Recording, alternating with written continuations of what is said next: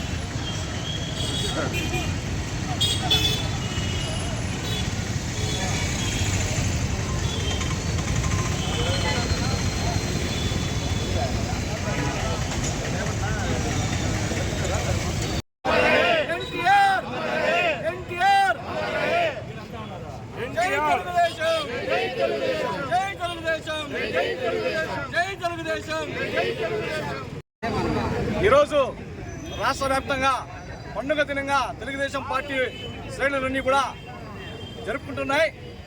కారణం జగత్ విఖ్యాతం ఇది. ఈరోజు స్వర్గీయ నందమూరి తారక రామారావు గారి 102వ జయంతి సందర్భంగా మా ఇన్ఛార్జ్ వర్యులు చల్లా బాబిరెడ్డి గారి ఆదేశాల మేరకు ఇక్కడ వారి జన్మదిన వేడుకలను ఘనంగా నిర్వహించుకుంటున్నాం. ప్రపంచంలోని తెలుగు వారందరికీ కూడా ఆయన ఒక యుగ పురుషుడు, నవరస నటనా సార్వభౌముడు. సూర్యచంద్రుడు ఉన్నంత వరకు ఎన్టీఆర్ గారి గౌరవ ప్రతిష్టలైతేమి, ఆయన స్థాపించిన ఈ తెలుగుదేశం పార్టీ పసుపు జెండా అయితేమి రెపరెపలాడుతూ ఉంటాయని చెప్పి సవినయంగా తెలియజేసుకుంటున్నాం. దేశంలోనే ఒక తెలుగుదేశం పార్టీ ఆవిర్భావం, ఒక ప్రభంజనం, అది అన్నగారి ముద్ర. ఈ రోజుకి కూడా కోట్లాది మంది తెలుగు ప్రజల గుండెల్లో సుస్థిర స్థానం అయింది. ఆయన స్ఫూర్తితోనే ఆ రోజు 82లో పార్టీ పెట్టి అంత్యకాలంలోనే అధికారాన్ని తీసుకొచ్చారు. ఆ తర్వాత కాలంలో ఎన్నో ఎత్తుపల్లాలను ఒడిదుడుకున్న తెలుగుదేశం పార్టీ ఎదుర్కొన్నప్పటికీ కూడా ఆయన ఏదైతే తెలుగు ప్రజల గుండెల్లో ఒక చెరగని ముద్ర ఇచ్చినాడో ఆ ముద్ర శిల్పాలేమో అనే దానికి నిదర్శనమే 2024 ఎన్నికల ఫలితాలు. దేశానికే ఆంధ్రప్రదేశ్ రాష్ట్రాన్ని రోల్ మోడల్గా సామాజిక అభివృద్ధి కార్యక్రమాలకు ఒక ఒరవడి సృష్టించిన, చరిత్రలో ఒరవడి సృష్టించిన ఘనత స్వర్గీయ నందమూరి తారక రామారావు గారికి చెందుతుంది. ఆయన అడుగుజాడల్లో ఆయన ఆ నాయకత్వ లక్ష్యాలను అలాగే పరంపరగా కొనసాగిస్తూ మాన్య ముఖ్యమంత్రి వర్యుడు నారా చంద్రబాబు నాయుడు గారు అయితేమి, మా యువ నాయకులు, నవతరం నాయకుడు మంత్రివర్యులు నారా లోకేష్ గారు అయితేమి, ఆ పార్టీని మరింతగా ప్రజల్లోకి తీసుకెళ్లేందుకు కొత్త వస్తున్నది ఈరోజు.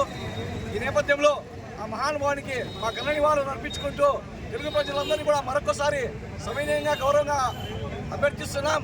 మీ గుండెల్లో తెలుగుదేశం పార్టీకి ఉన్న స్థానాన్ని నిలుపుదల చేసుకుంటామని చెప్పి ఈ సందర్భంగా తెలియజేసుకుంటూ సలహా తీసుకుంటున్నాం. ఎన్టీఆర్ ఈరోజు అన్న నందమూరి తారక రామారావు గారి 102వ జన్మదినానికి ఇచ్చేసిన తెలుగుదేశం కార్యకర్తలు, నాయకులు, కూటమి నాయకులందరికీ శుభాకాంక్షలు తెలియజేసుకుంటూ ఈ కార్యక్రమాన్ని విజయవంతం చేసిన దానికి జిల్లా బాబన్న గారి ఆధ్వర్యంలో ఈరోజు ఇక్కడ ఎన్టీఆర్ సర్కిల్లో ఈ పండగకు వచ్చిన ప్రతి ఒక్కరికి నమస్కారాలు. నందమూరి తారక రామారావు గారు లాంటి వారు ప్రపంచంలోనే 100కో కోటికో ఒక్కొక్కరు పుడతారనేది మనకు అన్న నందమూరి తారక రామారావు గారిని చూస్తే తెలుసుకోవచ్చు.